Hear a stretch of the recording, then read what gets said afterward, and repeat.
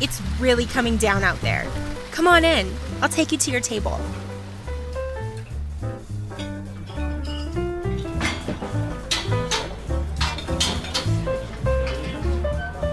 Yeah, dry off for a bit. I'll go get the chefs for you. Hey there, everyone. Hello, hello. Welcome to A Minor Diner, where we take a recent music release, give it a theme, and pair it with two other works of art to create a three-course meal. We've got an appetizer, an entree, and a dessert to make our meal du mois, our meal of the month. I am your trouble chef, Jesse. Beside me is your base chef, Zach. And we are so glad you could join us today. We're really glad you could squeeze in here between all these dirty, sweaty dudes. Jesse, do you want to explain what the hell is going on? I mean, I thought I already did, but I could do it again, I guess. Welcome to A Minor Diner, where we take a recent music release. No. I mean all the people. Last time I checked, our normal clientele doesn't wear hard hats and dirty overalls. Oh, those are just the guys. The guys? What guys? What are they doing going up and down the stairs all day? They're just helping out, you know. Helping out with what? Are they... Wait. This is about your digging thing, isn't it? This isn't my digging thing anymore. It's ours. What? You said you didn't want me walking around here all dirty, so... Hey, Tony! Tony, how's it going? How's it going, you slug? How's the family? Okay. Yeah, we'll see. You can owe me $50. I'll see you down there. Jesse. You didn't want me digging, so I got, the guys. So we don't lose time. Literally, what are you doing digging in the wine cellar? What is going on? Why is it some full-scale excavation? And what do you mean so we don't lose time? It's almost spring. The soil is warming, which means it can be moved. Oh, Jesus Christ, I've heard that before. No. I'm shutting this down. Why? Because you have a crew of guys, the guys, digging under our restaurant. And you won't even tell me why. Because you like surprises, right? Do I? You've always liked surprises. And what I'm working on, I think you'll like it, but I want to surprise you. It's something that'll change the restaurant forever for the better. Okay, I do generally like surprises, but I also like the way the diner is now. You're just going to have to trust me on this one. Sometimes people can get too complacent or wrapped up in their routines, and we need to jump to new places, become new people. Isn't that what life is about? Do you trust me? Not even a little bit. Tony said you'd say that, so I guess I do owe him $50. Who is Tony? And how did he know anything about... Whatever. But your point there about trust and identity, it actually does tie pretty well into this month's theme. Leaps of faith. Sometimes you get a hankering deep inside yourself or deep underground to do something different, even when that something could throw a real monkey wrench into what you're already doing. We were inspired this month by the new album from Denver, Colorado's Blood Incantation, Timewave Zero. We've paired this cosmic space ambient album with a 1932 horror drama film and a 2009 British race car. So let's get to business. So we are starting out with a new album by the Denver band Blood Incantation, and you can tell just by the band name that we're entering kind of different territory than we usually cover with the music. Yes, this isn't so much a bedroom pop release. Exactly. This month. Now, one might not think of Denver as the biggest area for death metal or metal in general, but that's kind of been changing over the last few years. A lot of good doom metal bands coming out of here and a lot of good death metal bands coming out of here, and potentially the biggest in the local scene over in Denver is this band called Blood Incantation, formed in 2011, waited a while until they released their first full-length album, Starspawn, in 2016, their second, Hidden History of the Human Race, in 2019, and especially that last one received a ton of acclaim in the metal community, with many metal publications calling it the best album of that year. So pretty well loved in that kind of niche scene. And just this last month, they released what they're calling an EP. It is 40 minutes long, so it's the length of all their other albums, but they're releasing it as an EP, potentially because of the music contained within. It is called Timewave Zero, and it is objectively not a death metal record. Yeah, this one, we get shipments from our suppliers, and when it's Blood Incantation, you expect a certain kind of package that it's going to show up in. It's bloody generally. Yeah, it usually soaks into the kitchen a little bit. Yeah, and it's coarse and abrasive and like sand. That's a episode 2 reference there. But this one, speaking of space, this one comes in a sort of dark neon orange glow, and it's kind of vibrating and humming when we opened up the box. You open up the package and you're like, I don't know, this might kill me if I eat it. Yeah. But then you're kind of thrust into a universe of 1970s Berlin School, Tangerine Dream, Klaus Schulze style progressive electronic space ambient kind of stuff, which is nice and relaxing and calming and kind of wonderful. Yeah, it's a little like it's like always ominous. Like it's got something that like you're on a dead moon of Jupiter and there's the sun rising over the horizon, I guess. Yeah. And it is, this being leaps of faith, that's a pretty bold one. There are a lot of different, like, let's say, you can look at Bob Dylan deciding to plug in and go electric, and that's a big leap of faith that just shakes everyone's in their boots. On paper, like a death metal band saying, like, yeah, we're going to do very introspective, quiet, synth ambient album is pretty ballsy. It's a move, yeah. It's a leap of faith, as you can say. And for those not particularly well-versed in metal and the metal fan base, I grew up heavily into metal.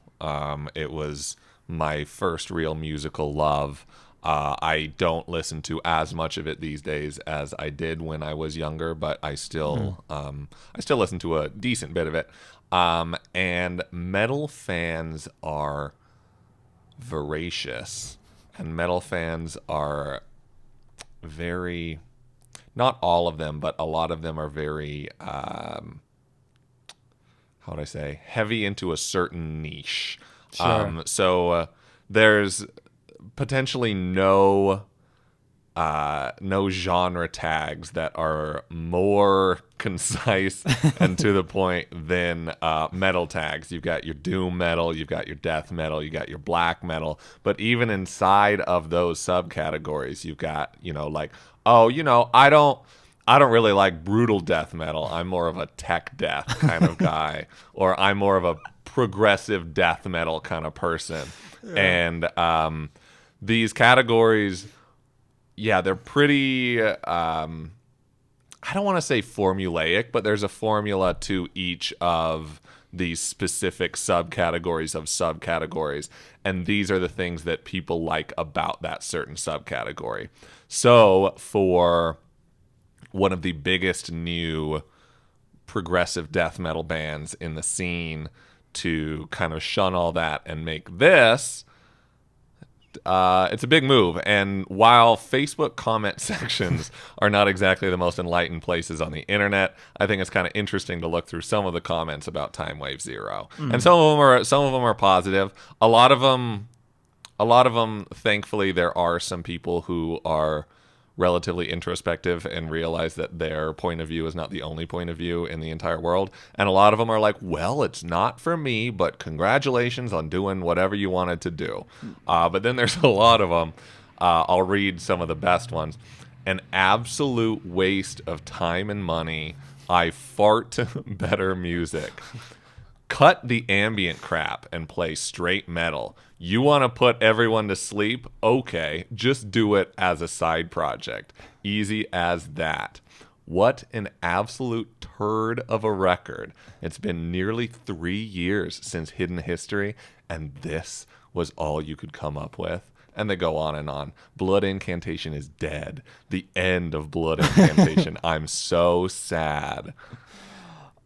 I mean, because it's weird, like, this is something I have zero experience in, but then also a lot of experience in, where it's like you speak about the metal community, and my general perception of the metal community is that they are usually the most elitist and gatekeeping of like I do that with punk, where it's like Blink-182 is nothing. They're corporate shill nonsense commercial music that's not real punk because they're appropriating whatever. But then like you're saying, the degree of specificity that wars are fought over in the death metal community is insane. Yeah. And I think you get things like that where it leads to like this recursive like feedback loop where, well, I'm not really a typical person, and so I listen to whatever subgenre of metal because I'm really pushing myself. But also, like you're saying, if it doesn't push these exact buttons, like I get really pissy. And for someone to, your musical preferences are your musical preferences, but I can remember, like, let's say David Bowie. David Bowie comes up all the time here at A Minor Diner, but he was always taking big swings with things, and everyone kind of clapped unless one of those swings was like a little too similar to something he had done before, but in like a subpar way. So like Tin Machine and things like that. But then it's weird to me that someone would listen to this and not have the first reaction, like you said, the commenter of like, it's not for me, but whatever, instead of saying like, this isn't anything. It's so radically different from everything else that Blood Incantation has done. It's just so weird that you'd have a reaction that's like, I absolutely hate this, and I'm going to presume that the band all of a sudden lost their brain cells and have no idea what they're doing. Because it's actually, it's interesting because they never... If you look through their press releases, and if you look through their social media presence, and if you look through their interviews and everything, they're like, this is not a death metal album. This has nothing to do with our other albums, other than like thematically, it's actually very similar to the other two. But we're gonna make the next record is gonna be another death metal release. But this one's not. So here you are. And it's interesting that even that is like unacceptable for some people. But it's actually kind of interesting. So the guitarist vocalist, his name is Paul Riedel. I want to say Riedel. The way that he describes it, even from like the first practice of the band, he said that they kind of charted a certain trajectory that they wanted to follow. They decided that they've got their classic morbid angel-y death metal vibes, but their second album would, quote, veer toward psychedelic neon green landscapes. And then their third would consist entirely of ambient music.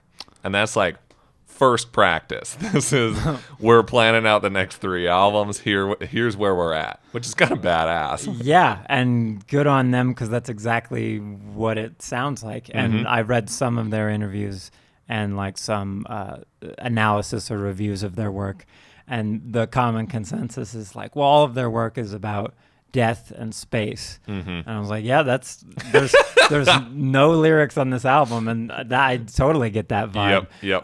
Because for you, dear Diner, it's how long is it? It's like 40 minutes. It's if you listen to it on streaming, it's split into 8 tracks, but it's meant to be like 2 kind of 20-minute slabs that you would listen to in their entirety.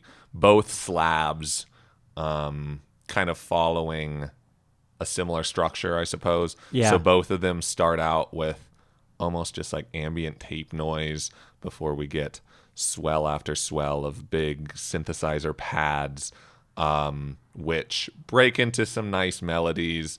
There's some acoustic guitar playing about halfway through each of them that kind of sets the, I guess, climactic scene before kind of dissolving back into tape noise. Yeah, and like in that sense, it felt very unpretentious in the way that it's like emulating like a classical music record from like 1950, where it's a symphony is about 45-50 minutes usually, and it's usually about 4 movements, and so you split it like 2 on one side, 2 on the other, and like you're saying, splitting those 2 halves, because I'm not sure how to pronounce the other one.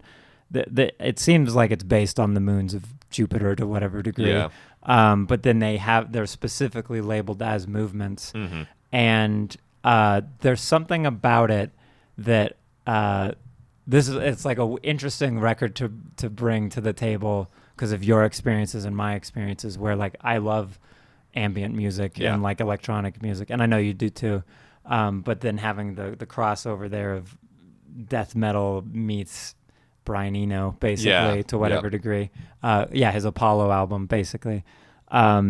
It's interesting to me that they would map that out so early, and then actually be able to execute it. Totally. Because, you know, like an artist like, who's a famous artist that we haven't picked on? Because there's a couple let's go with The Weeknd, basically. Okay. The Weeknd starts as like, I'm going to do very, not abstract, but like covert, dirty R&B songs that are like very what they won't play on the radio, but really like Michael Jackson inspired meets whatever. It's sort of Michael Jackson inspired, but at the same time, like, kind of perusing the dark underworld beyond the club scene, you know, like the kind of sadness and wretchedness that is beyond behind some of that. Like the depressed 4 a.m. club thing. Like, exactly. The drugs aren't as good as they used to be, and the women don't like me how they used to, and I don't like them how I used to. But then it's one thing, like I'm sure if you asked him then, like, what do you plan for your career? What would you like to see? He would say one thing that would sound somewhat idealistic or like true to his values. But then the minute he starts like getting that, like, hey, you want to play at the Super Bowl? Do you want to like have a major record with whoever? Then he becomes basically a pop star. And so it's interesting for Blood Incantation to say like, this would be a good trajectory, that we're going to follow this, and we are going to purposely make these leaps of faith. And then, like you say, to get that taste in 2019 of like, no, we all love you. This is very, very good. This is best album of the year. And for them to continue to keep with it, to stick to their guns of like, well, the next one is definitively not going to be this. And I think this is something, because we can open it up into a broader with our other dishes as well. It seems like, in my mind, this has always been, in my opinion, but then especially in the 2020s, I think this is like the most virtuous thing you can do in art, is to like, yes, they're staying true to yourself, because I don't want to hear a Blood Incantation album where they're trying to, the audience now dictates what they sound like. But then, like, artists that I've always liked, like Radiohead or David Bowie, it was because of that, of like, it was so cool to get this album, but the truly exciting thing is I don't know what the next one's going to sound like. Totally. And that's kind of, it's something that has almost, like I said, I still listen to a pretty good amount of metal, but there's something about it that kind of, it's interesting to me. So, for example, recently, this is a few weeks ago, I went to see a death metal show, and the headliner was a band called Immolation, who have been around since like the beginning of time, like early 90s they started. Oh, wow. Okay. And they've released who knows how many records, anywhere from like 10 to 15 records, and they're all pretty good. Like, I mean, like, it's like consistent, but they've stuck to the same sound with very minor variations for 30 years. And as somebody, like, I wonder if it's just because I'm a voracious music listener, but I'm very voracious in like I have specific vibes that I want at specific times, and I'm not really like this is my one genre and I know everything about this genre and this is the genre I want to listen to. Like I dabble in a lot of things, right? And so for a person like me, I just can't imagine making the same style of music for 30 years. And I haven't been making music for 30 years, so maybe over time it just like kind of happens and you just keep enjoying it. But at the same time, like something feels kind of limiting to me about that. Yeah, because I think that's sort of what I mean about like the virtuous, because especially when it gets tied to your like artistic identity or especially your like monetary confidence of like how much can I bring in with this, because it feels like today so much of everything is dictated by like preconceived notions or literal algorithms. And so if I'm a YouTuber or I'm a bedroom pop indie whoever, like the people who discover my record and think they have this intimate like relationship with me, they're going to get unnaturally offended if I do something completely different. Totally. It reminds me, there's this Denzel Washington anecdote where they're asking him about his general career or asking for advice for like artists. And he was saying, it's not impossible, but it's going to seem impossible at the time. Like your first 5 roles that you take define what you're going to get for the rest of your career. So like if you were, I think he was playing, I think it was like Saint Elsewhere or something. He was on some like show as someone in the ER or a doctor or whatever. He could keep doing that, but if he does that 5 or 6 times, he's just now like the good doctor actor, and so he has to sit there and wait for his agent to like sweat and say like, okay, we got a serial killer for you to play, or we got a cop, or we got something that's different enough.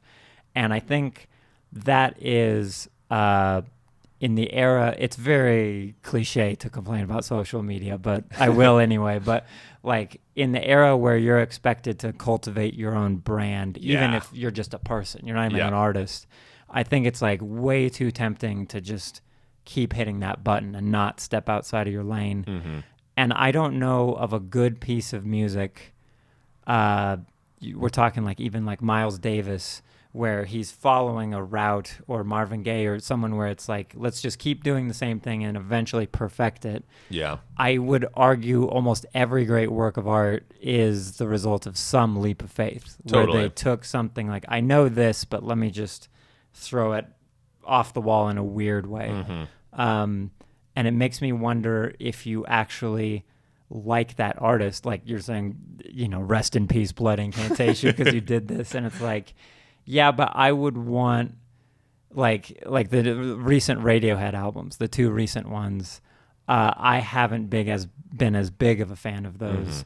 I can kind of respect King of Limbs because it's at least something different. But then their latest is like, this sounds pretty Radiohead, and that's the first time I can say that since 1992 of like you're kind of playing into whatever.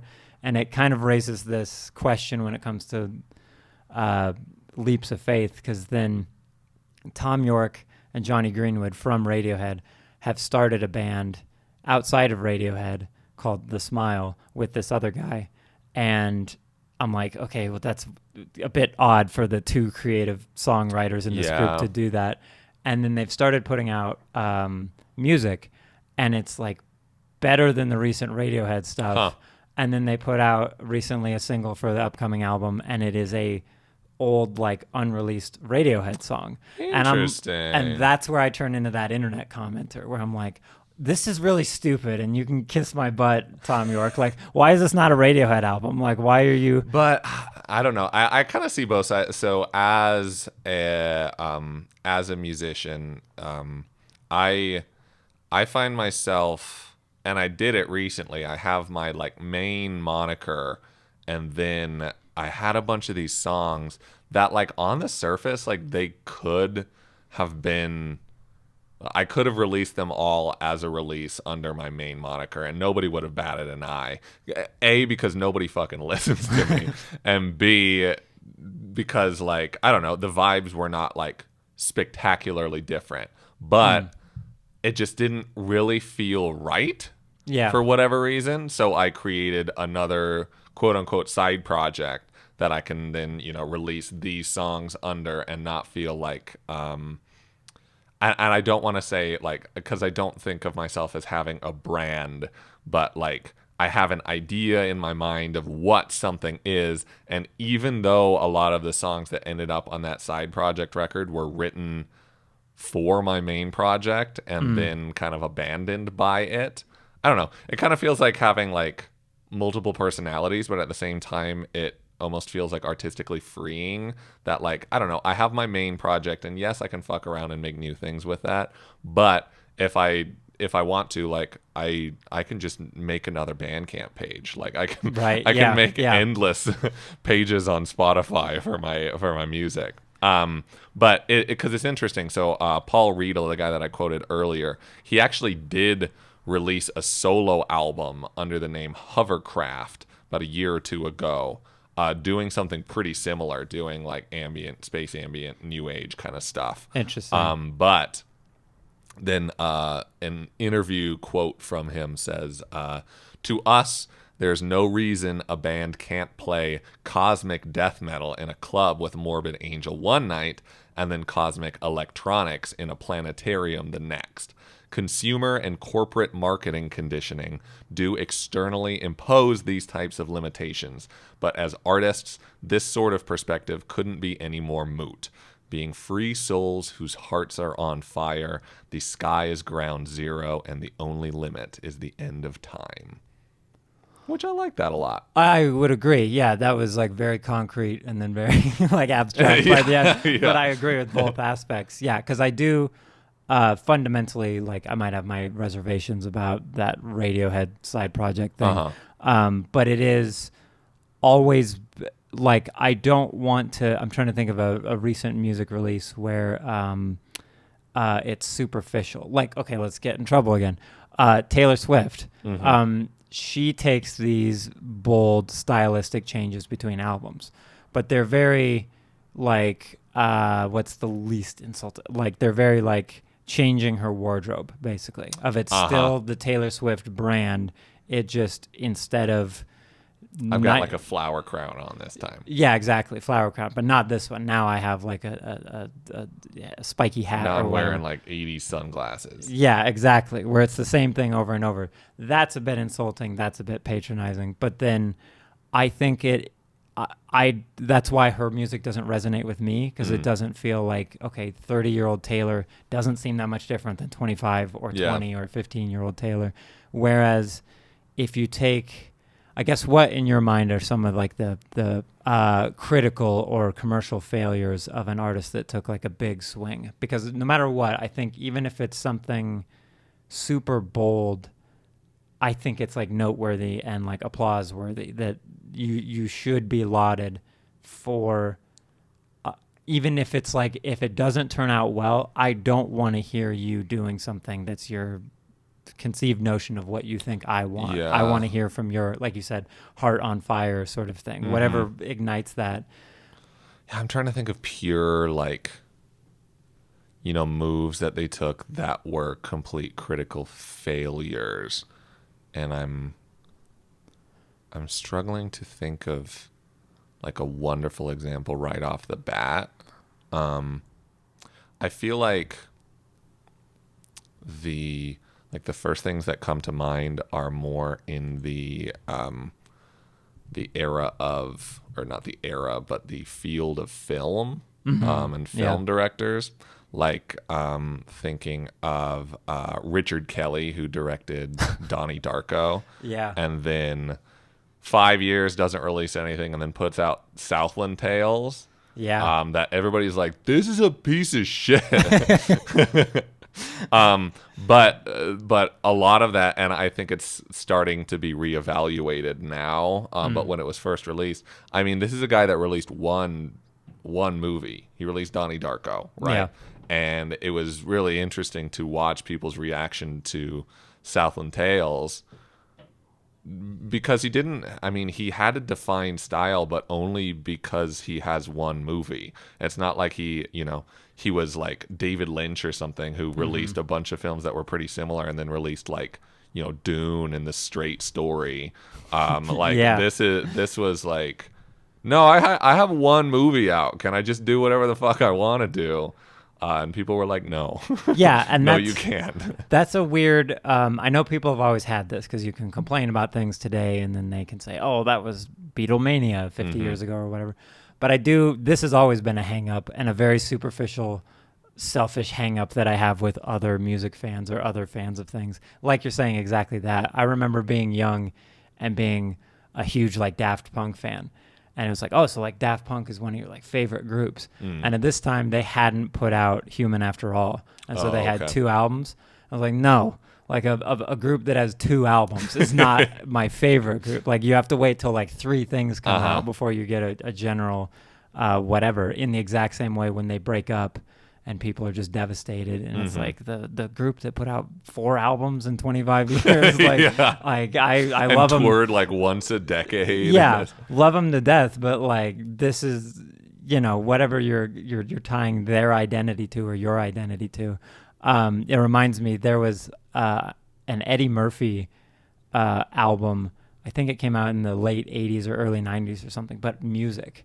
And it was just like critically and commercially, like everyone hated it. Like, and he's on top of the world, stand up and SNL and movies, and he does like a musical singing album, and people just hate it and don't go for it. But if I'm an Eddie Murphy fan and I like what this guy represents as an artist, I would like to hear what he thinks is good enough to release as, even if I don't like it, it's like an applause worthy, like, yeah, you do you and keep exploring. Because honestly, I don't know. I got in I would almost call it a tiff.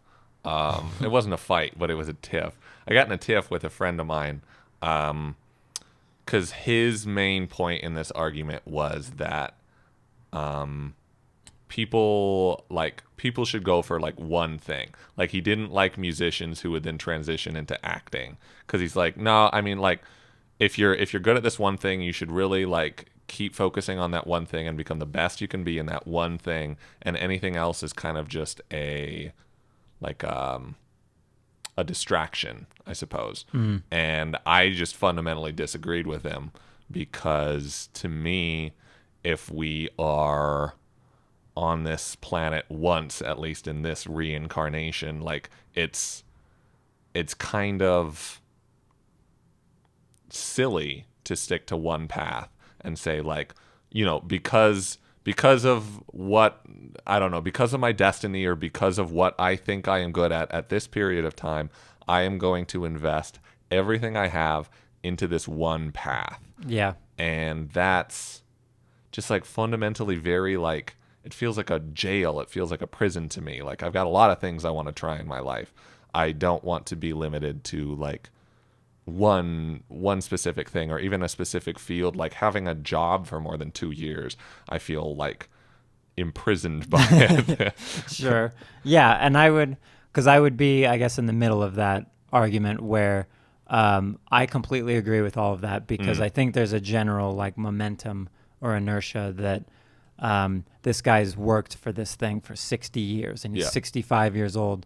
And so you're getting the best play or the best whatever. It's like, sure, but I also bet that inner flame has kind of started to wither since he was 40. And maybe if he had transitioned to painting and now he had 20 years of like experience doing that.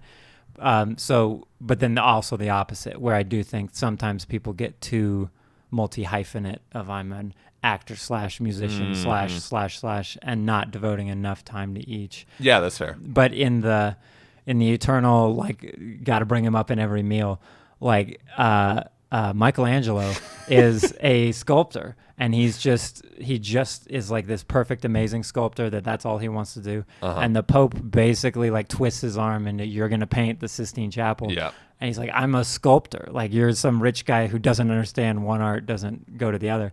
And he rises to the occasion. So he takes a sort of a coerced or forced leap of faith. A push off the cliff. But then he does it in a way where he puts his identity fully into it. And so I think, especially here with like Blood Incantation, I get pretty pissy being a fan of like old 90s IDM sort of Aphex Twin Boards of Canada stuff. When people do electronic music, it's like, okay, it's more than synthesizers, it's more than drum machines. You're being very pretentious and belittling this. Kraftwerk died for our sins here. Like, you can't just do this. And they pay their taxes here on this album. Like, it's a very good electronic ambient album, and I'm pretty. It's weird to be proud of people you've never met or hadn't heard before. Have any relationship with. But like their leap of faith, it's like they stuck the landing, I feel. Absolutely. And I was reading a review of the album, and like as a quick aside, I know that I started this reading off Facebook comments about how much everybody hates it, but that's not actually like I went to they did one like album release show for this at a place called the Gothic Theater. Apparently they wanted to have it at a planetarium, but then because of COVID rules, the planetarium wouldn't let them have it. But this is like a bigger club venue, but it's like a club venue. It's like stand-up shows. There's no seating. It's but they filled the place with folding chairs, so everybody sat down. Even like, because people would people showed up, and I think we didn't really know what to expect because they pegged it as like an album release show and were playing this album. But I think some people were like, well, they're gonna do a death metal encore, right? Yeah, and play the hits. Yeah. The opener was a guy playing the sitar, and then as the headliner, they just played for like an hour and a half, both the album and then like kind of an improvisational set. No encore. Fuck you, death metal. We didn't even bring an amp, so we couldn't even if we wanted to. And I was like, that's kind of badass, and it got a standing ovation at the end of the night. Like, I think some people I did notice walked out halfway through, but the majority of people stayed, and the majority of people really appreciated it, me included. And I read a review for the album that I think kind of sums it up pretty well. If this album, Timewave Zero, is not necessarily the music that Blood Incantation will be remembered for, it is precisely the kind of risk that shows why they'll be remembered. A Minor Diner would be nothing without its sponsors. For hundreds of years, we have been inspired by the tale of Henry David Thoreau retreating from society and finding his true, transcendental self in the isolated refuge of his Walden Pond cabin. Now, gone are the days that you simply listen to this story on audiobook in your Honda Fit on your commute to work. Thoreau's nature retreat can now be yours. Welcome to Two Pines Mountain Haven, located in beautiful Canyon City, Colorado, just miles from the Purple Mountain Majesties we like to call the Rockies. At Two Pines, we believe in the following creed: unwind, unplug, unhabit. Unwind in our all-natural hot springs, with water rerouted from the Colorado River and natural gas provided by the Lakota Sioux tribes of North Dakota. Unplug from social media and pesky cell phones on the 200 miles of available trails, all with conveniently placed charging stations and Wi-Fi hotspots. And unhabit from the unnatural existence of life in the city, instead enjoying a wide array of board games and inspiring lectures from Two Pines founder Mahatma Gregory. Find your community amongst other comrades disaffected by industrial society and its future. Plan our utopic new world from the rustic comfort of true nature. So tell your significant others you'll be gone for a while, that you're leaving this world for a better one. Two Pines Mountain Haven, a home in place of home. And bring your guns. So now for our entree, we are going to travel back in time to 90 years ago. Jeez. Yeah, pretty crazy. But we're going to first go 91 years back to 1931, where at Universal Studios, which is a studio that is kind of on the verge of bankruptcy right now. they're not really sure if they're going to make it or not. But they have bought the rights to a novel that is relatively popular, and they have a relatively well-known silent film director named Todd Browning, and they are making Dracula. And despite Dracula now being like, I don't know, the most well-known story ever, Yeah. and like in terms of horror figures, I think there's nobody more, cliche and well-known and like, indicative of the entire genre as Dracula. That was not always the case, Again, the novel relatively well-known, but this is actually the first, if I'm remembering history correctly, this was the first major horror film with sound. So the Universal wasn't kind of sure if it was going to work out. It was kind of a big gamble whether audiences were going to like something like feature-length supernatural like this.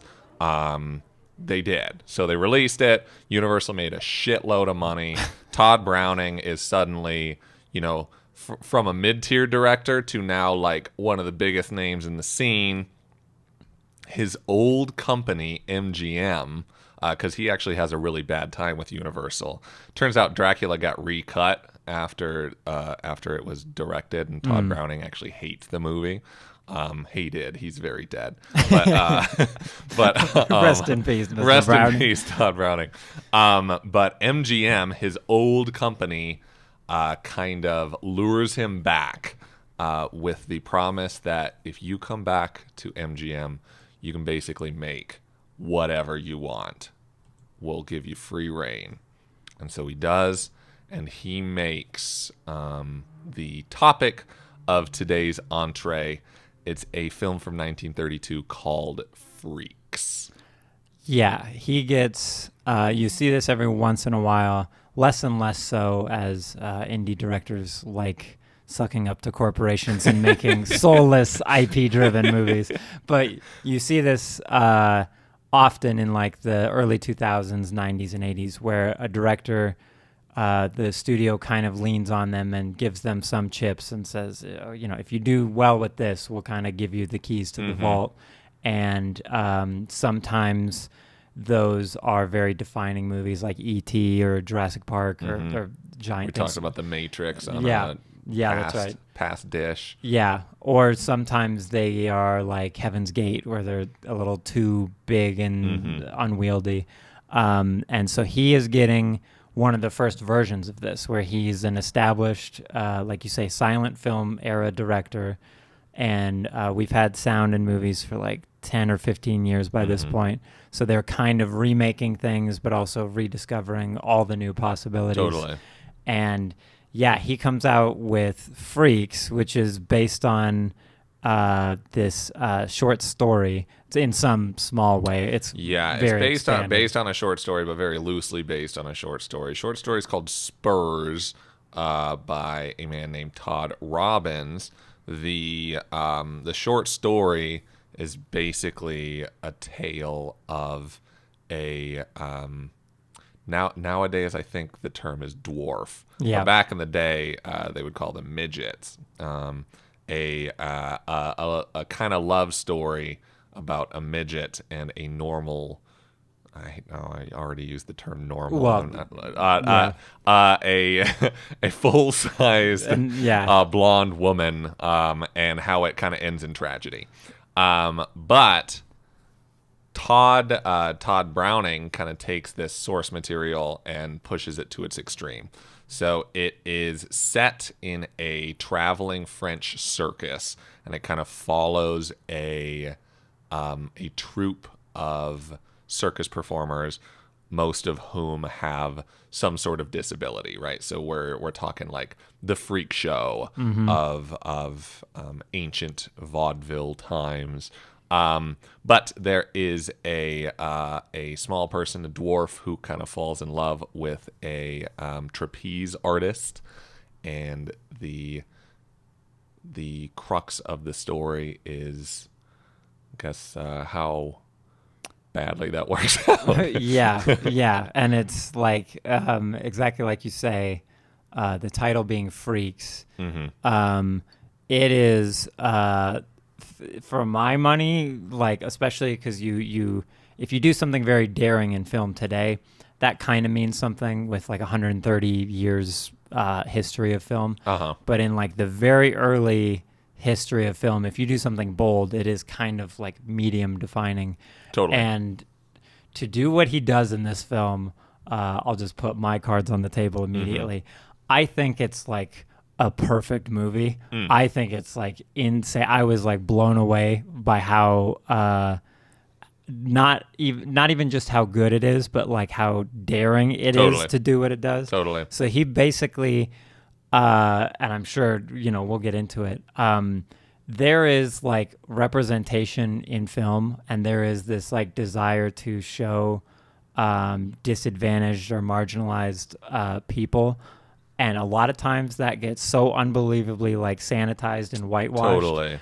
And the extent that he goes to like truly show, I guess you could only call it the empathy towards these people, is so like stark. It's so stark and so like, what's the word you'd use? I mean, he just, like the gall that he would have, the bravery that he would have to have, knowing that like people like pretty close-ups where you put Vaseline on the lens to make the young women look angelic and beautiful or whatever, and he's going to show these people that have been shunned and marginalized and pushed into the shadows by society, and essentially make them the good guys. Totally. Is insane. Is so heroic, basically. It's crazy in 1932 for sure. And yeah, so most of the stars of the film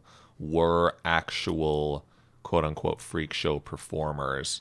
And they even actually mostly went by their own names or their stage names. We've got people like Johnny Eck, the half boy, and Schlitzie, the pinhead, and Daisy and Violet Hilton, the Siamese twins.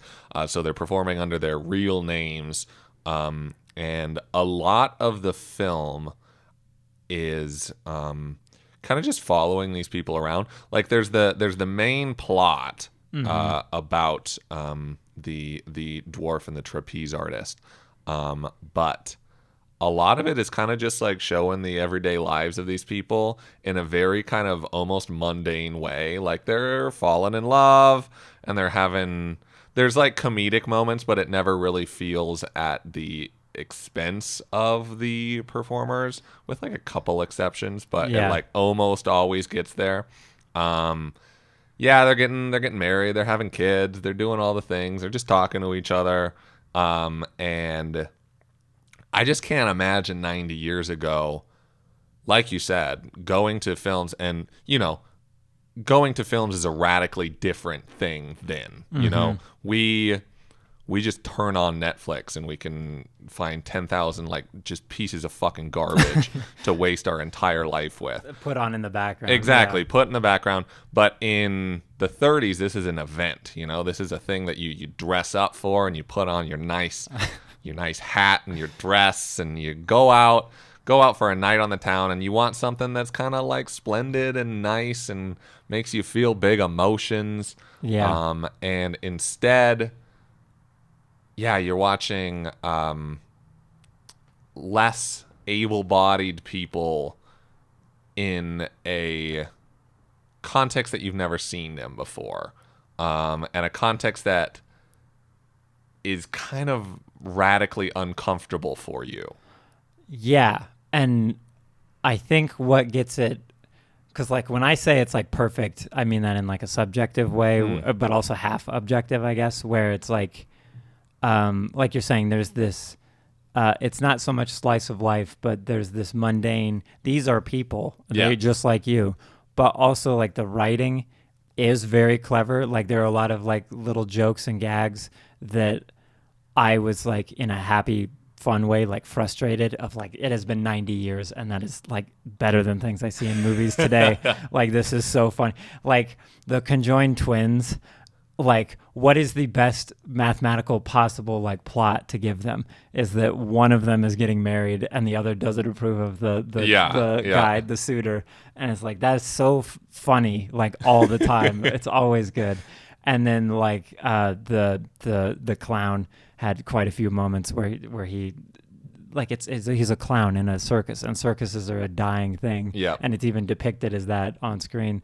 And yet he has all these gags where it's like so legitimately heartwarming, where a studio would give you this note, have him do something funny here so we like him. Yeah. And that always comes across as like fake, inauthentic, whatever.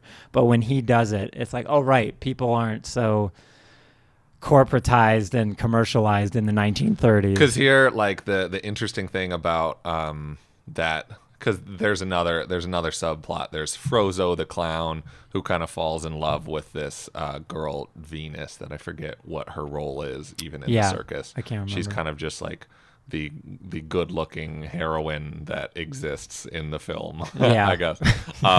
But like, despite both of those characters being relatively likable, like Frozo comes off as just kind of like he's kind of aloof. Yeah. Like the film, for being very forward thinking in its in how they show less able-bodied people, it's not exactly a feminist film. So Venus doesn't have a lot of personality or really much of anything. Agency, It's completely lacking in agency. And Frozo is this kind of like, he's really into clowning. Frozo just wants to clown all the time, and Venus is like, just fucking like take me out, like dude, like can you show any sort of romance to me? Yeah. And Frozo's like, you want to see this gag? Yeah. In a way that's like, it's likable and not likable at the same time, which kind of makes him an interesting character. But to kind of move on to my next point with this film, and the reason that we brought it as the entree. There are leaps of faith, right? And you can see Blood Incantation. You know, we're making this leap of faith. We're releasing an ambient album. And, you know, middle fingers to the sky. If the people don't like it, the people don't like it. We'll be fine, right? And it's kind of what Todd Browning was doing here. You know, you just make Dracula, and it's the biggest film of 1931, and everybody, you know, you're on top of the world and you can do whatever you want. The safe thing to do is to make Son of Dracula or whatever the fuck, you know, just to like, you know, I'm on top of the world. People like this last thing I did. Let's just keep it going. I like money. I like fame. This is fun. And he objectively doesn't do that. And it is an utter disaster. So test screenings for this film are not good. That to understate it. People call it revolting, disgusting, in bad taste. There is a woman who saw an early test screening that then threatened to sue MGM for giving her a miscarriage. So MGM, you know, gets these early reviews back, and they're like, "Oh God, what have we done?" Takes the film back, cuts half an hour from it. So the only existing cut of this film is about 62 minutes long, I think. Originally about a 92-minute film. That half an hour is lost to time. It doesn't exist anymore, unfortunately. They just dump it into release. Nobody goes to see it. They abandon it altogether. Eventually, actually sell all of the rights to this guy named Dwayne Esper, who I find fascinating. I'm gonna bring a Dwayne Esper film at some point for a dish. But he's an exploitation filmmaker in the 1930s who basically makes a bunch of like nudie movies. And is most famous for he was the original distributor of Reefer Madness, which is the like classically over the top story of what happens when you smoke marijuana. you jump out of a window and you kill yourself is like the main. As we know, as we see on a daily basis here in 2022. And it essentially completely ends Todd Browning's career. In the space of a year, with the snap of a finger, he goes from like head honcho of Hollywood, like can do no wrong, to essentially unemployable. He makes 2 more films the rest of his career, both of which are flops. And he only made those 2 films because he had like one friend at MGM who was like, just give Todd one more chance, you know? And after that guy dies, nothing. Yeah. He kind of retreats from social life. He was always kind of a... It's hard to know because, you know, these days we can read interviews with Blood Incantation and know exactly what they were thinking with every step of the process. That doesn't really exist in 1930s Hollywood. We have no idea what Todd Browning was really thinking with this film other than what is on screen. And what his real like social life was like, we don't really know. But he was apparently always kind of a, maybe not antisocial, but kind of an odd, withdrawn fellow. And then after the failure of this film, just withdraws entirely. And the film banned in England for 30 years, basically completely forgotten about until the 1960s. But we'll get to the 1960s first. But my main point with this is that sometimes, you know, we always applaud the leaps of faith. Especially in this day and age, I think we applaud them a little bit more. But there is always the eking suspicion. The reason that more artists don't do this, and the reason why most people don't do this in their day-to-day life, like the reason that they don't quit their job, the reason that they don't, you know, leave the person that they're with that isn't good for them, is that a lot of the time it can end in just abject failure. Yeah, absolutely. And that's, I think, a lot of things that you said there are like relevant to both consuming art, just being a normal person, or producing art to whatever degree, because I was reading some things about it. He, in making this movie, like introduced the lead actress, so the trapeze artist, to her co-stars. She didn't know what kind of movie she's going to be making, and introduces her to them one by one. And I give her full credibility and the benefit of the doubt of, I'm a young, attractive woman in the 1930s. I probably have not been exposed to people who are like contrary to my perception of the world. And so her afternoon is spent meeting this person with this disability, this person with this affliction. And it was like difficult for her. And she struggled with it. But then she said by the end of like filming, we were all great friends. Because I guess it took like 3 weeks to shoot the movie. But then people on the lot at Universal were not happy about the quote unquote freak show and were very disturbed and bothered by seeing these people. So they essentially segregated them into their own tent, their own, you know, bathrooms and eating spaces and things like that. And this is one of those things, we've talked about it in previous meals, like when people, you know, what weren't the 1500s just so racist? Isn't that so insane? It's like, it really isn't. Like, people from one town hate people in the other town that are a mile away. So like their opinion of people on a different continent is kind of, it's not, you know, ethically or morally correct, but it is extremely understandable. And so I understand Wizard of Oz is going to come out in a couple years. So this is like the era that we're in where like I want a fantastical like escape from reality. Totally. Because in between world wars and financial collapse, I don't want to be met with the stark reality of whatever. And so you walk in and you see not people playing freaks, but like actual, like these are the people. I know when I look behind their eyes, like this is them living their life on screen. I think to your point about like modern day leaps of faith, I was watching this and like comparing it to I just recently watched Turning Red, the Disney Pixar one that everyone is up in arms about, you know, like depicting a menstruation, you know, a period troubles on screen, and any sort of criticism that is levied at the film is sort of like interpreted as that of like, oh, you don't like women, you don't like depicting menstruation on film, whatever. When in reality, it's just a bad movie that is poorly made and poorly written and very sloppy and lazy with its like plot lines that has some bad implications. But it's all like the claim of representation. Yeah. And so that's sort of what I mean of this guy's leap of faith is there's this scene with the clown and whatever Schlitzie, the I'm not sure exactly what the name of the affliction. Schlitzie was this had a IQ of like a 3-year-old basically, like different. I think it's like a smaller skull shape, and can kind of understand language to whatever degree, but can't really talk in whatever sort of way.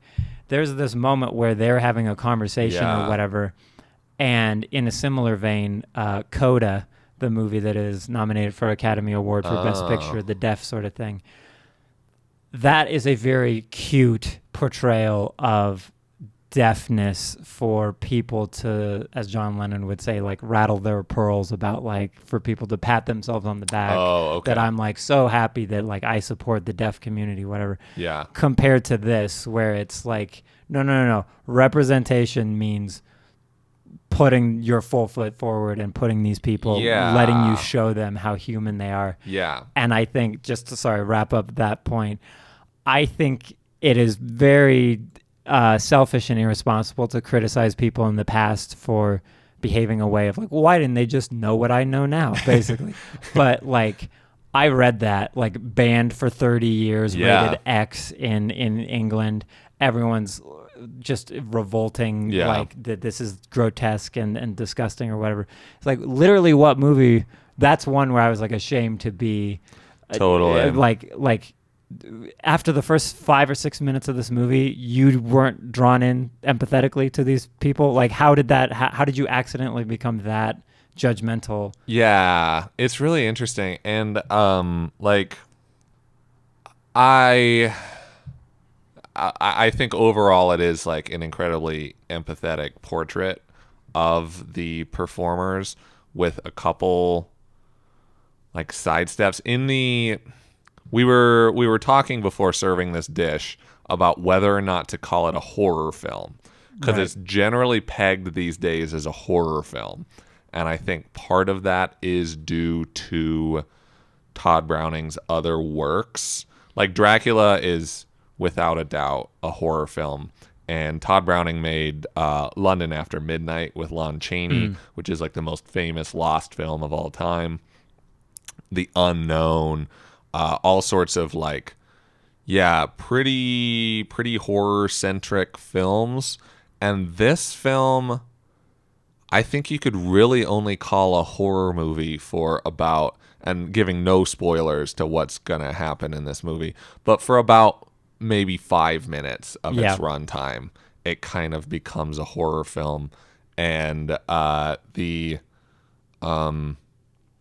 climax, the ending, was shocking at the time, and still, it's interesting. It's interesting these days. I want to talk about it because I don't know if it almost somewhat ruins the empathetic portrait, but at the same time kind of doesn't, because I don't know. It's kind of hard to talk about. Well, and without giving anything away, because I felt the same way. I was like, this is interesting. I mean, it's like, in terms of horror goes, I thought it was like 10 out of 10 of like, this is horrific to watch. This is like really tough to watch.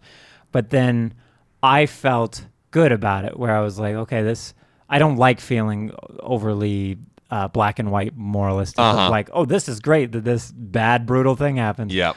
But was reading a couple like analysis of it after watching it, and like the people who are writing this are writing in retrospect. They're not writing about it in the 30s, but they're saying it is oddly like perfectly on the pulse of like class warfare in the 30s. They're like, this is like, communism is taking its root in Russia. We have the Great Depression, this and that. I'm like, that's probably why I like it. That's about interesting. Because I think especially the ways in which, I don't know, it feels like they almost, I'm trying to think of another equivalent of a movie. You have a movie like Falling Down, where it's like this whatever society has caused this guy to finally break, and he's rebelling against it. I still saw the light in all of these people's eyes when they're doing things that, completely removed of context, would be like viewed as scary or viewed as whatever. And I think that's because he, like as just a purely technical point of view, everyone in this movie is like a good actor, and that's kind of rare for a 1930s movie. Yeah, especially a lot of people that are, I mean, they're performers in a sense, but they're not like trained general actors. With some exceptions, but yeah. And I mean, there was moments, you could call it projecting onto the movie or like the point he's trying to make. There's this one moment where this circus worker goes and talks to that pretty young woman or whatever, and there's also other people there, you know, the quote unquote freak show people there. And when he walks up, they all kind of like almost don't acknowledge his existence because they know he's not going to acknowledge theirs, and he doesn't. He never, like, you know, when you walk up to a group of people, you politely make eye contact with each and acknowledge their existence, but he doesn't. He just walks over and just talks to her because the rest don't exist. And I feel like there's a fun, like, it sort of fades in throughout the movie of like, oh, all these people who don't exist also exist when I think I'm alone, or I think that I'm getting away with something totally like corrupt. And I don't know, like, for him to take this leap, that's sort of what I mean when it comes to what a quote unquote brave filmmaker or brave artist to do this in 2022. Yeah. Like he's saying, like you're saying, we'll just move on to the next Bandcamp page. We'll move on to the next whatever, because there's no one is dumping this much money in. For him, like you say, it's like a tragedy. Like, what did he do after this? Like, his entire like encyclopedic entry in the history of humanity is like staked on this movie. Well, and that's the interesting thing is that now, so in the 1960s, it's re-shown at 1962, it's revived at the Venice Film Festival. So shown in public for the first time in 30 to 40 years, basically. And it kind of becomes this minor countercultural classic. The Ramones do a large part in keeping it alive. But in 1994, it's selected for preservation in the United States National Film Registry. It's nowadays, I think, generally seen as a better film than Dracula, like Todd Browning's best work, which is, it is tragic because he never got to see it. He dies the same year that it plays at the Venice Film Festival. Mm-hmm. So he doesn't really get to see his work reevaluated, I suppose. So dies thinking that it was a failure and that his career basically was a failure overall, which is, again, pretty tragic. But without that leap of faith in the first place, I mean, posterity is interesting, and it's hard to say, like, oh, you make the leaps of faith and then you'll be remembered forever. But in this sense, it is kind of true that he made the film that he wanted to make. He made a film that was really forward-thinking and made a film that was a huge risk. And now it is the main thing that he is remembered for. Yeah, and I think there's this innate drive to sort of lift people up or see them as heroes or like encourage them to take those leaps of faith. But then at the end of the day, the two giant spikes in the pit, if you fall, are everyone is going to hate you forever if you fail. And also, like, you won't be able to eat. Like, you can't put food on the table. Yep. And so I think that's why, as time has gone on, literature-wise, playwriting, music, whatever, it's become so much easier to be so much safer of just like you were saying with that tiff, like, stay in your lane, don't ruffle any feathers, don't push any buttons, because I think I would just wonder, I know that these organizations don't exist in the 30s when this comes out, but I can imagine being someone who your sibling is suffering from one of these afflictions, or you know this person or that person who's just like been outrageously shunned by society. And then you get this movie, and I can imagine it's like a godsend of like, Totally. this is unbelievable that they're showing this on camera, that these people are people, this, audacious thought. And I think, when it comes to leaps of faith in art, this movie, in my mind, shows like why that's worthwhile and why that's like such a virtuous thing to pursue, but also the insanely real reality that, like, I would call it, again, like you said, the National Film Registry is nothing to shrug at. Like, they only accept so many films a year. And in 1994, which I think is near the start of it, to say, like, we take this film in for preservation as a indication of the values we hope to hold or whatever, I think it's like a triumph. But then, it does, like you say, it doesn't matter if it's a triumph, because in its time, if it's sort of the weird thing in the Bible where like people hated Jesus because he was saying really obvious things about like being nice to people, where 2,000 years later people are like, yeah, that sounds reasonable. And so Todd Browning, I mean, it's a shame, but also just goes to show you the pitfalls that exist, but also maybe why, if you truly care about your art, that you're willing to die for it in this sort of way. Yeah. That's an interesting point. I hope he's either reincarnated as a wonderful young person or enjoying listening in on the diner right now.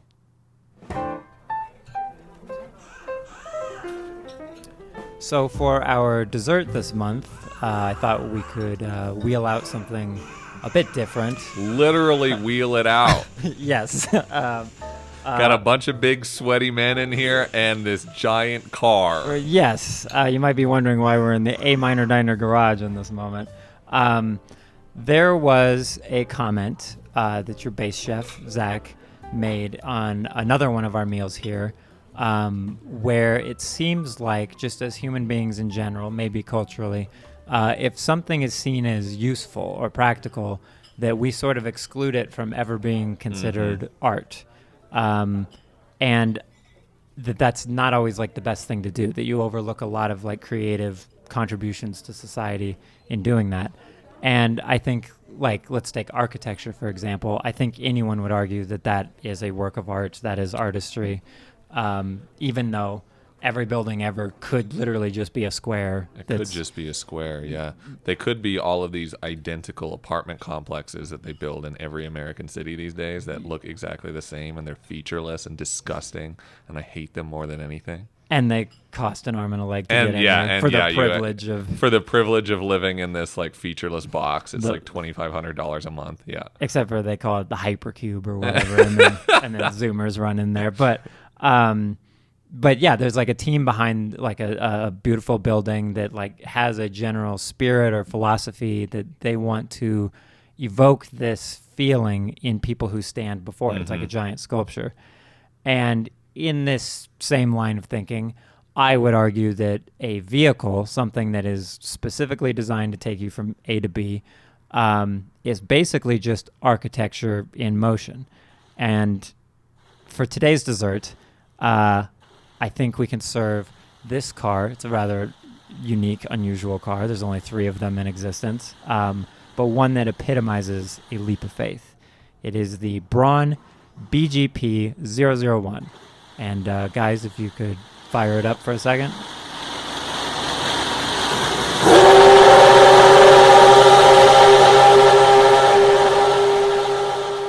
There it is. Never gets old. Love it. So it is a little over 15 feet long. It's about 3 feet tall. It's about 6 feet wide. It has a 2.4 liter V8 engine that creates about 750 horsepower.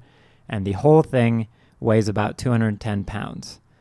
So that is a description of an object, basically. Yeah. And when we are talking about a bus or a table or things that we use for some sort of purpose, we typically reduce it to just that and never necessarily, well, what differentiates this table from another table, this building from another building?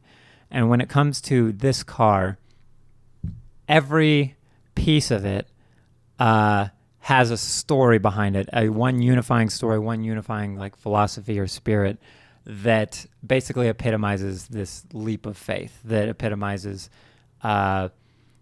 we could just be conservative, we could just give up, we could just do whatever, but instead we're actually going to push. And it comes to be a little bit like the Olympic flame being like a symbolic symbol of all symbols are symbolic, but it could be a symbol of basically what it means to strive for more.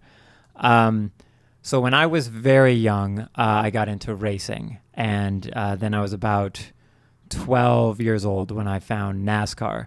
And when you're like a quiet, introspective, like unassuming 12-year-old who just like has this burning passion for NASCAR, and you reveal that to people, when people are unfamiliar with something or they don't understand something, it's like reduced down to its simplest form. And so NASCAR is dumb people driving in circles, crashing into one another. Yeah. And so it's sort of like that is the energy that you're met with of like it doesn't matter what kind of grades you get in language arts for your poems. You're a NASCAR fan, so who cares about you? Yeah. Or just like, how could you like something so stupid? Because there's how could you be smart and like NASCAR? Yes. So I typically I was pretty passionate about it, like with my friends and other people, but didn't really like wear that on display of like this part of my identity. And then in 2006, I was watching the opening ceremony of the Winter Olympics, and it was in Torino, Italy, and it's the opening ceremony, so the host country is like putting on display, like, here's who we are, here's our culture, here's our values. And Italy, compared to most places in the world, is like just this powerhouse of culture. And so they have jam-packed in this like hour-long ceremony. Like, let's start with Dante's Inferno, or Divine Comedy. Someone's reading that. Pavarotti is singing opera music. They're going all the way through. And it's sort of the tension and the atmosphere is building and building of like, okay, so what is Italy today then? Like, what are they going to define themselves by today?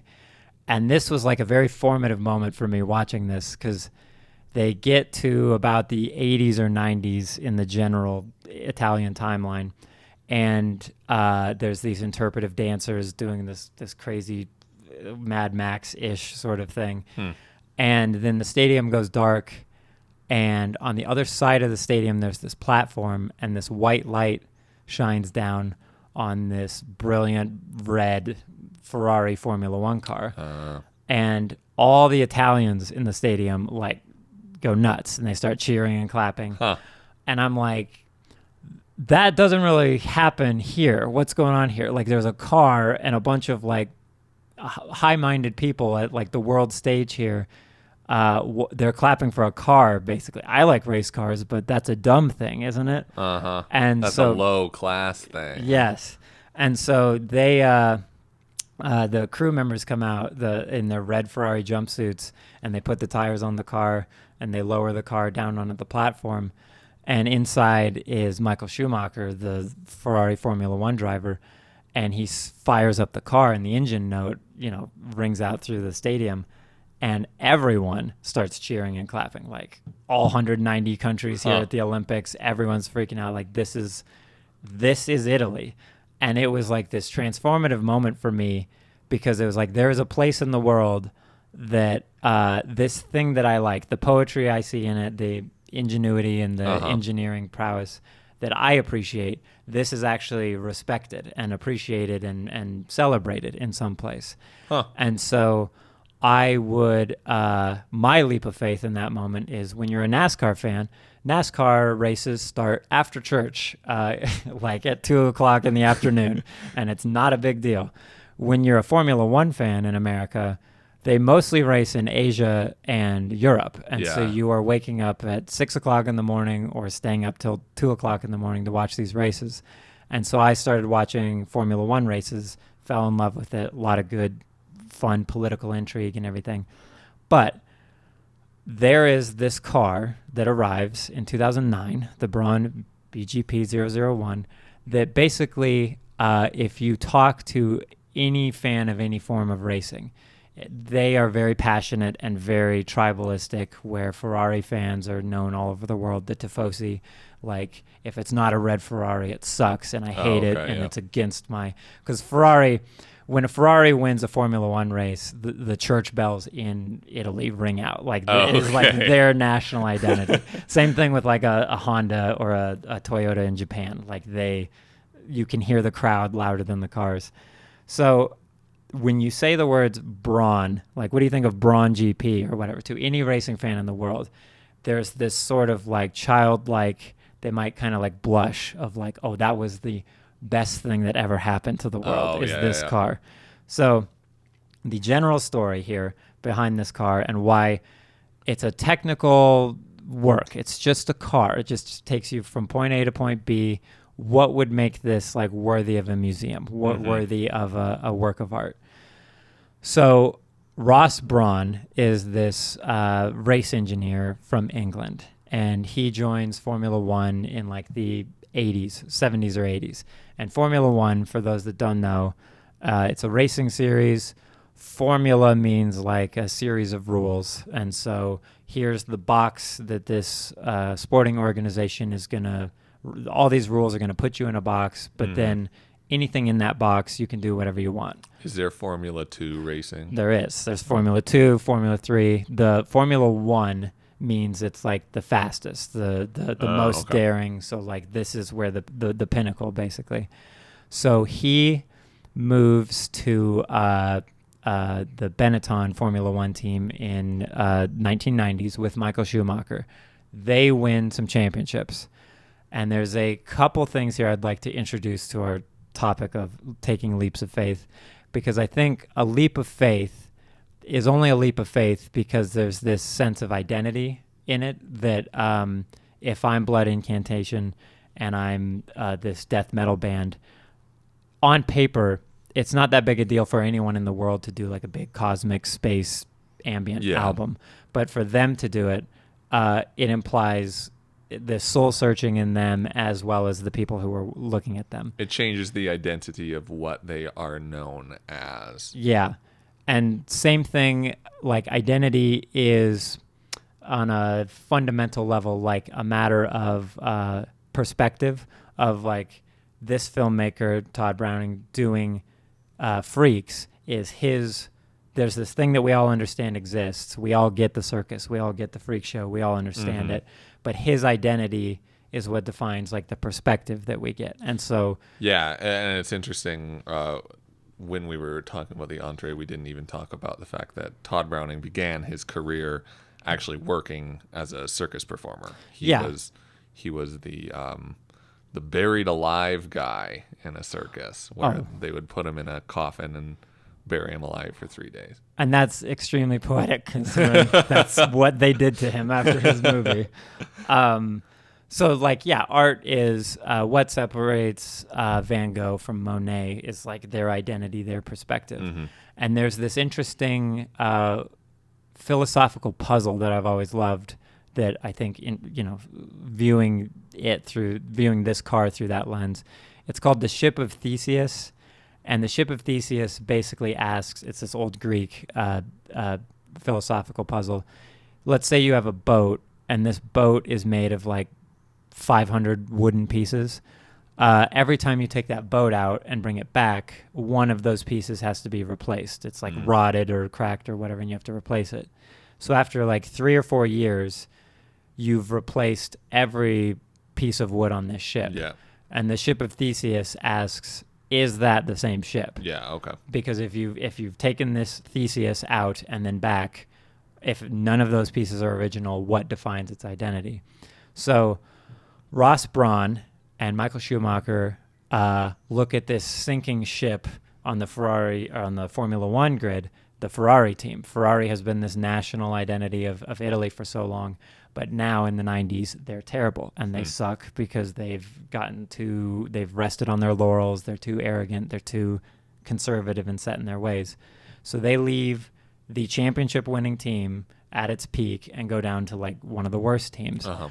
And they raise it up to the Ferrari that we know and love today. They win 5 championships in a row. Italy says, you should be at the Winter Olympic opening ceremony because we're so proud of you. And then Schumacher retires, and Ross Brawn decides, I'm going to go do the same thing with Honda. Uh-huh.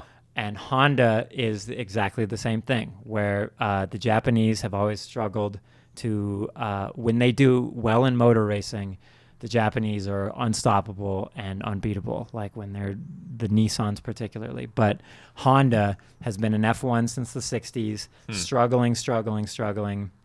They make incredible engines, but when they have their own team, they struggle. Yeah. And so he goes to Honda. So this is where the Brawn BGP 001 begins.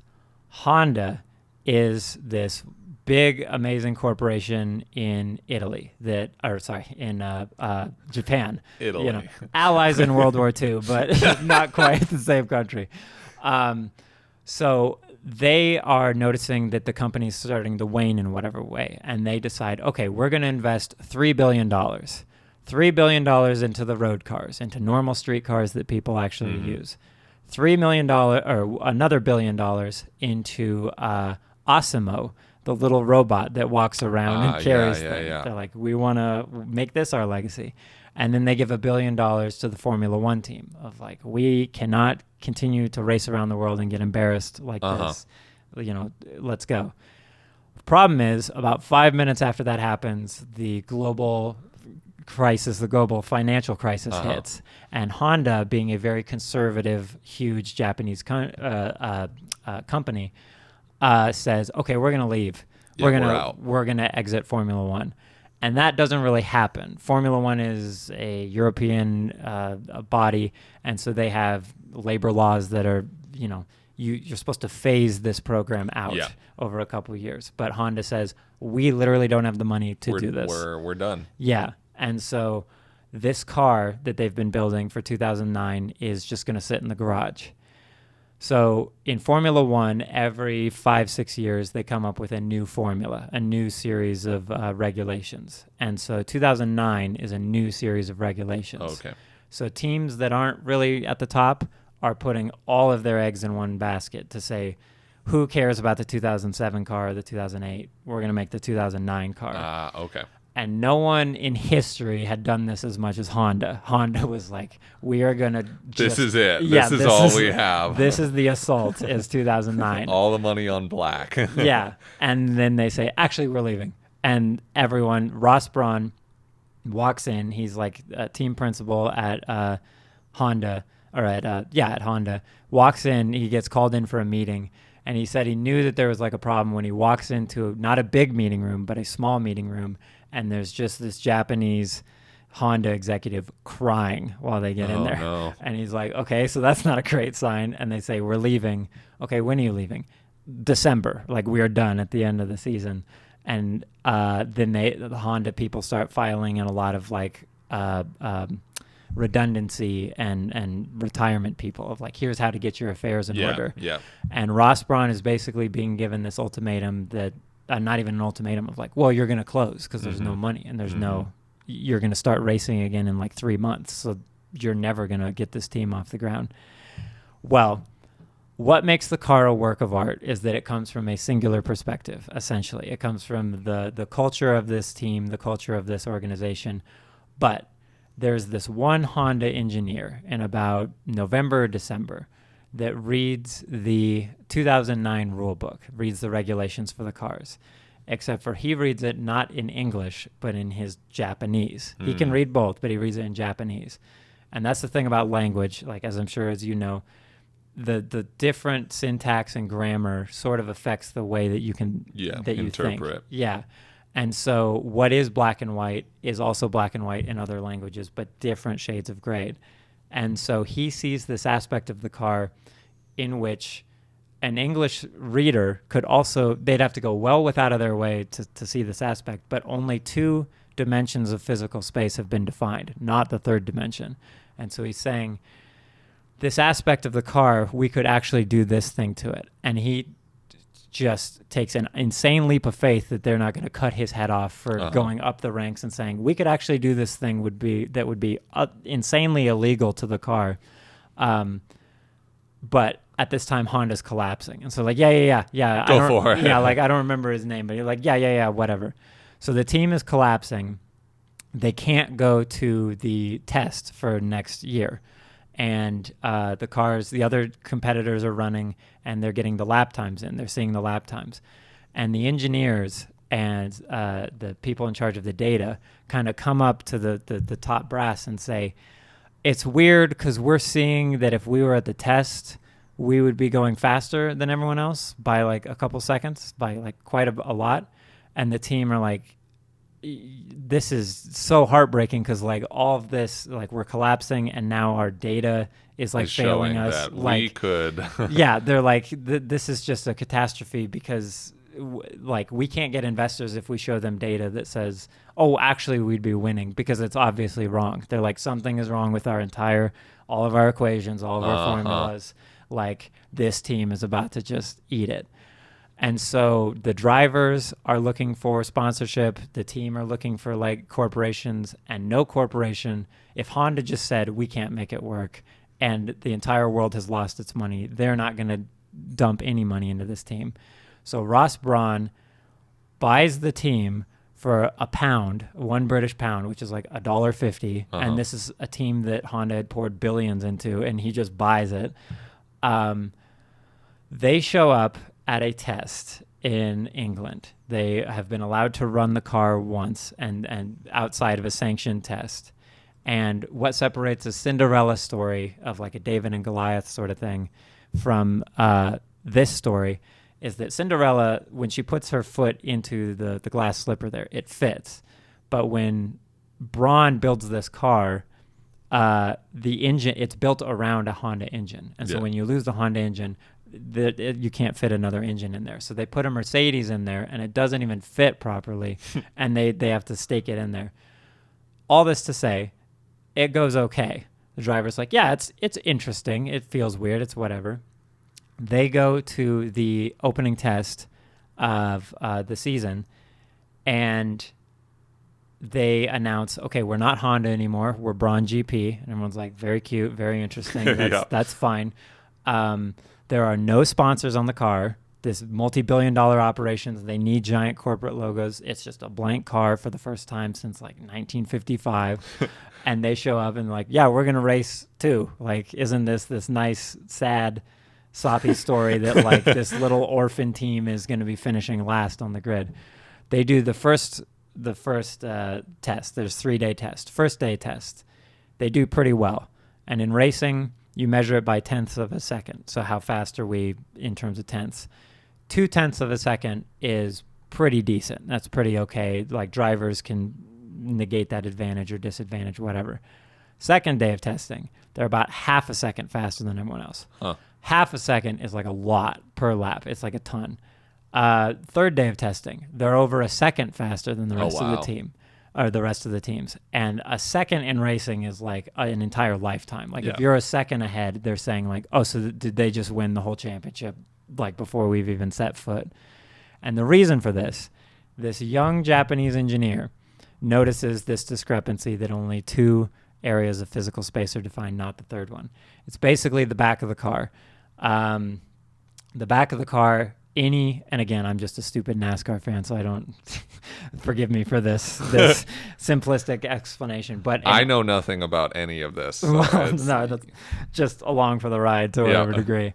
So an object passing through air, like let's take an airplane wing. The air moving above the wing and below the wing are moving at the same speed because for it to move through that by the point of contact with the air at the front and the back have to be equalized. Mm-hmm. And so an airplane wing works that it wants the bottom air to push up and to lift that object up. And so that's why it's shaped the way it is. Whereas a car, you want it shaped the opposite way, where the air pushes down on it.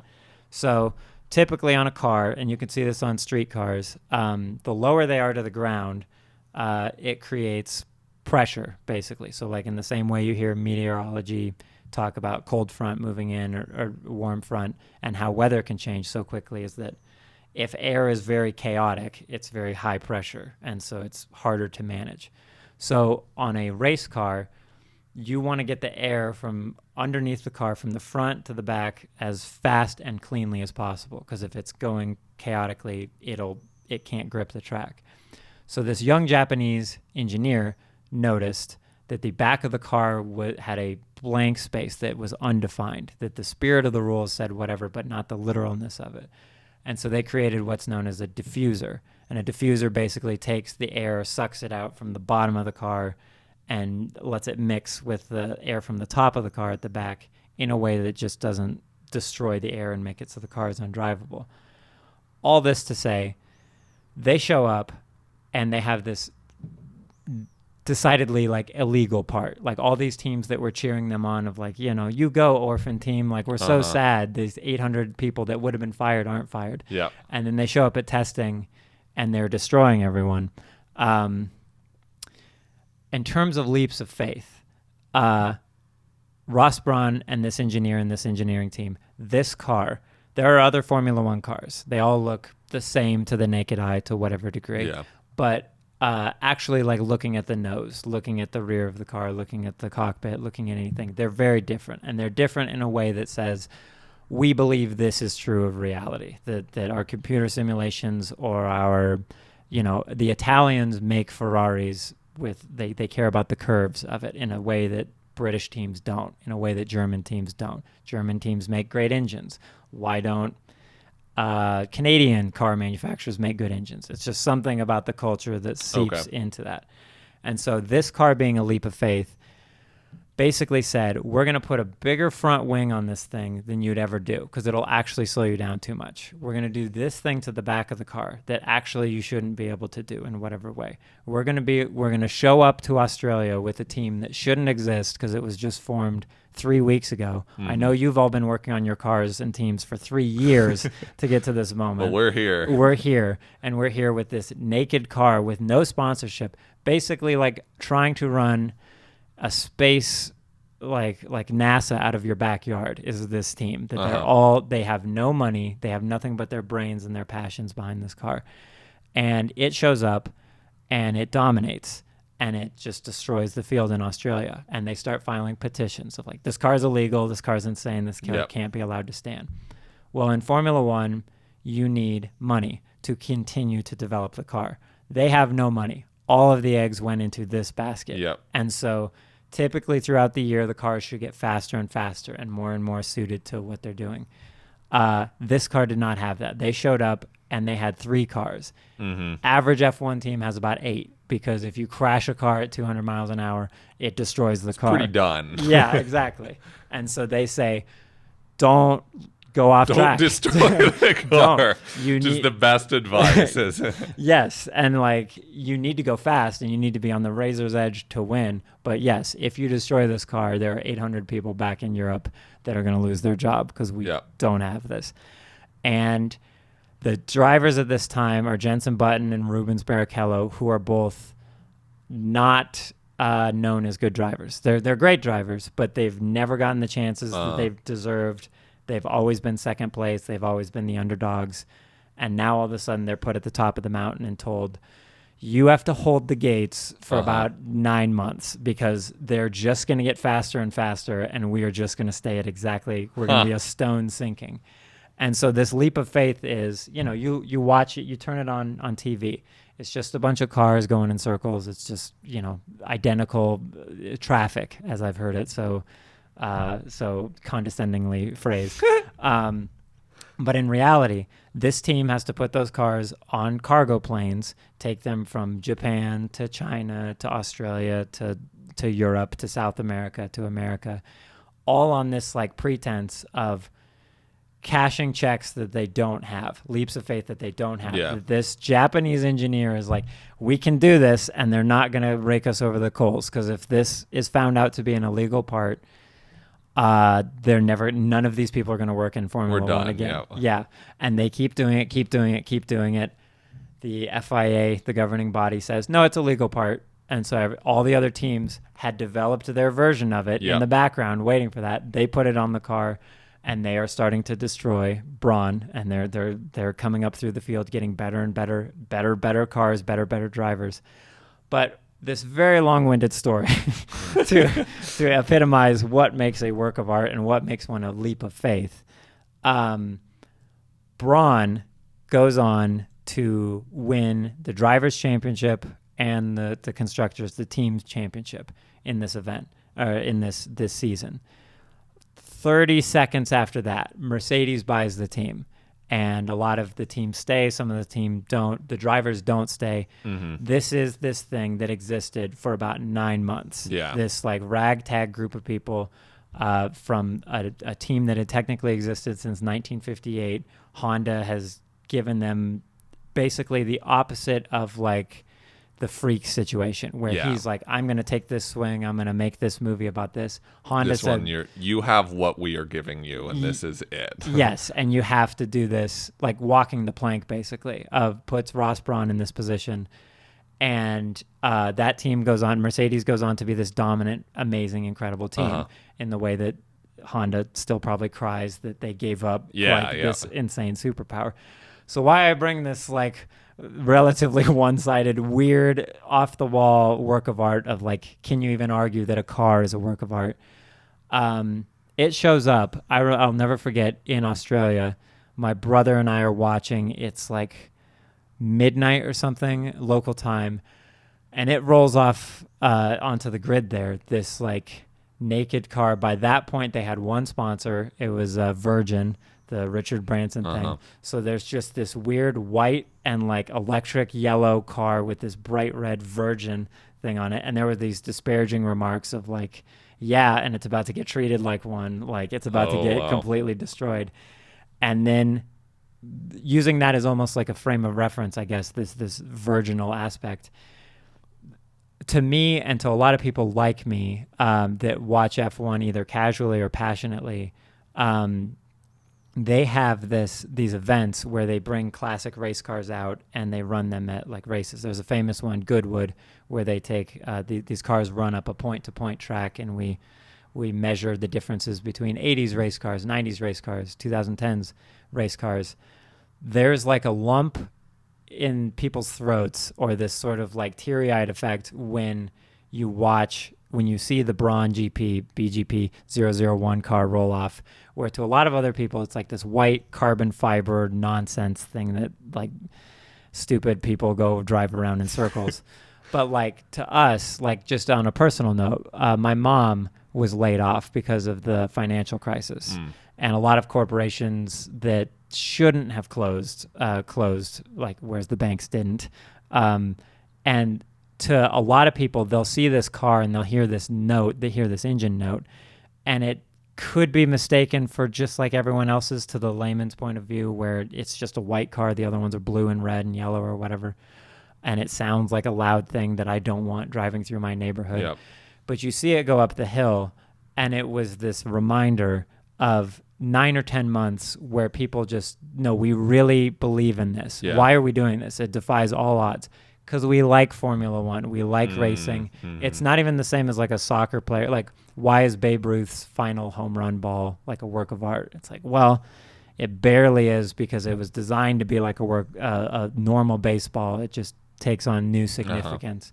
Whereas this car, it's like this front wing needs to be this because it represents these 800 people back at the factory. This cockpit represents this to the people at the factory. The back of this represents this.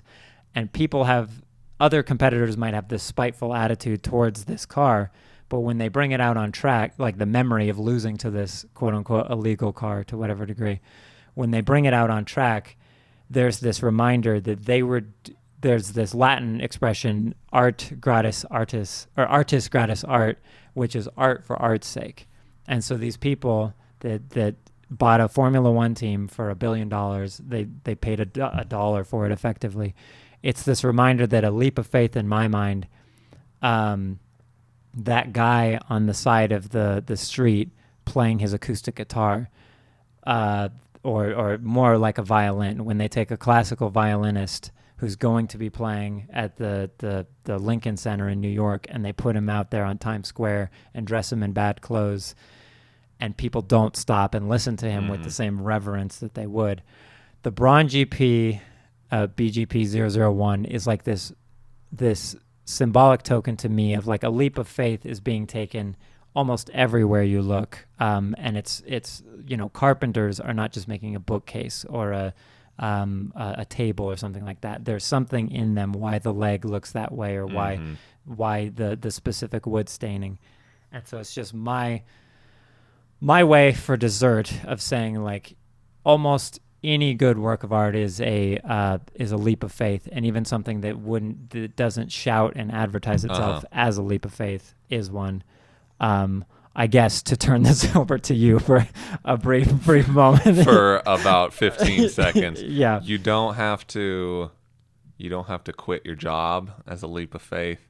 You don't have to move into a cabin in the woods and record an acoustic folk album to make your own leap of faith. Your leap of faith can be any everyday decision that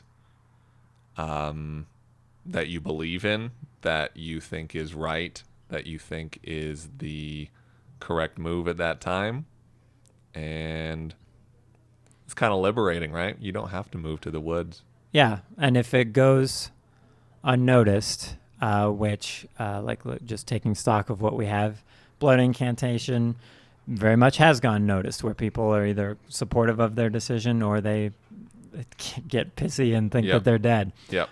Todd Browning, he shot his shot, and I think it resonates, and I think our culture at large appreciates him for doing it, but he suffered and paid the prices. He suffered the personal consequences. Right. And then Braun was put into this corner of like, well, you're going to quit because this makes every 99% sense. Like, why on earth would you possibly continue?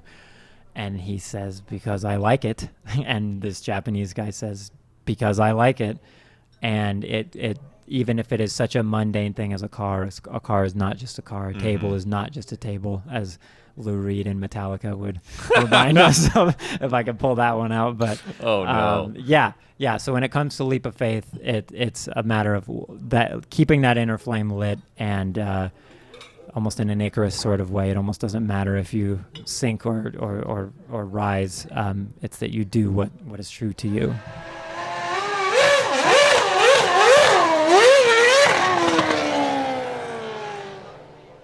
And if you didn't like that,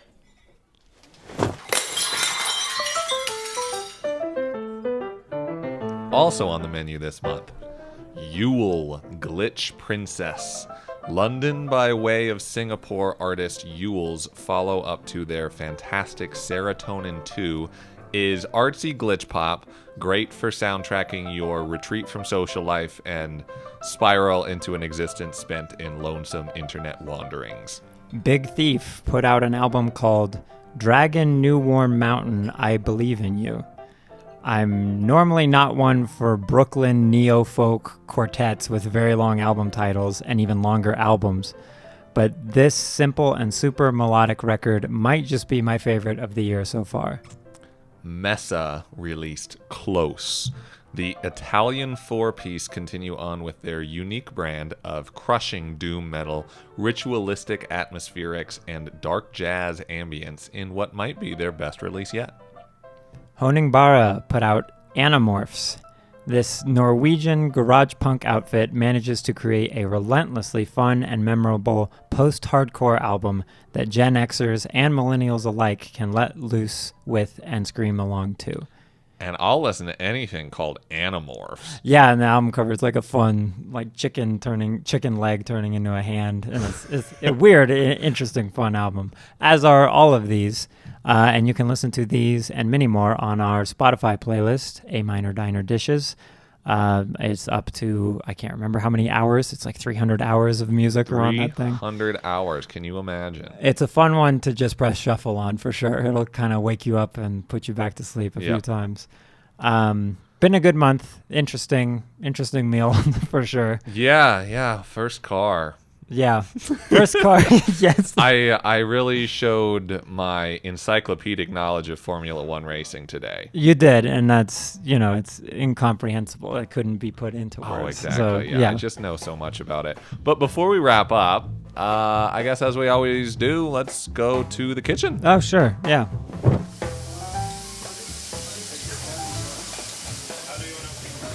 So this is Notes to the Chefs, where, you send us notes back like, that was a lot of talk about a single race car, Jesse.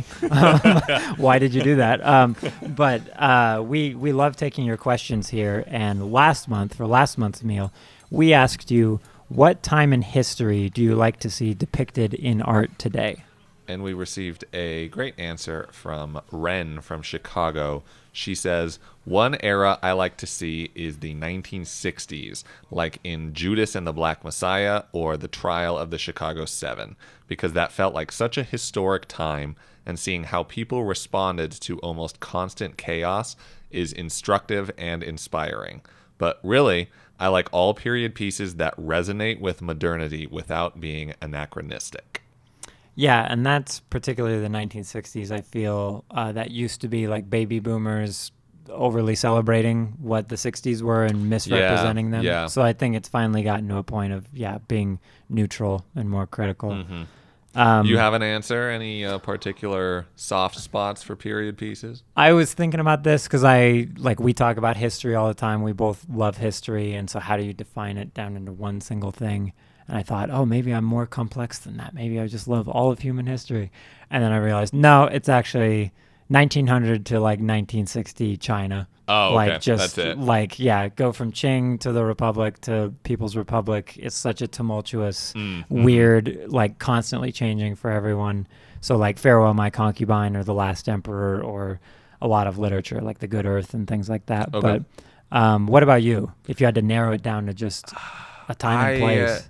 The answer I'm going to give is not an answer that I probably would have given 5 or 6 years ago, but I've kind of been getting more into this specific 17th century, 18th century kind of rural Europe or America. I recently saw this film called The Devils directed by Ken Russell, which is set in 17th century France about this priest who gets convicted of being Satan, like a demon or whatever, and it's fucking fantastic. And I just love, I don't know, I think it's really interesting to see this past, or at least our representations of this very, very past time in history. I recently read The Name of the Rose by Umberto Eco. Kind of similar time period, just pre-modern, I guess. It just brings up it's always interesting to see, stories set in this time that are still, like Ren's answer say, they still resonate with modernity. Yeah. What were your thoughts in that scope, and especially being a horror movie fan of The Witch? Because that's how love that movie. Yeah, because I felt that's an actually accurate depiction of early America. Yeah, totally. Pre-colonial. And it's it's because I feel like we don't really get enough movies set in that time period, especially the most we ever get is movies about royalty, like kings and queens of the time, and I could give a fuck about kings and queens. I want to see everyday life in those time periods. But anyways, we love hearing from our patrons. We like to bring some kind of thought-provoking questions for the chefs back here every month. So after this meal, we would like to know, what work of art inspired you to make a change in life? So in this spirit of leaps of faith, it's not necessarily, David Bowie going from this style to this style. It's what art intersected with you in your life and sort of changed your course, changed your outlook. And you can write into us at aminordiner@gmail.com, or just comment on our Instagram or Facebook or YouTube. We can also accept 30-second to 1-minute audio answers if you want to send those to aminordiner@gmail.com. Very simple. I've gotten a few notes back here of I don't know how to send some fancy Edison cylinder voice memo to you. Just the voice memos app on your phone. You can just That's record totally whatever, fine. as long Yeah. as you're not in the middle of a loud highway or. Yeah, then we can't understand what you're saying. Yeah. But thank you so much for coming in and dining with us tonight. Be sure to thank your hostess, Ms. Mandy Groves, on your way out, and give a quick wave to Edward Tart on keys. A Minor Diner is recorded on location and produced by Epicene Motion Picture Company. Good night, everybody. Have a great night.